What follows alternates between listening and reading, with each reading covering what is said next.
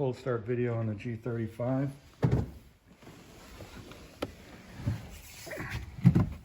It's been parked for about 2 days in the garage here. Efficiency today at any of our 6,200.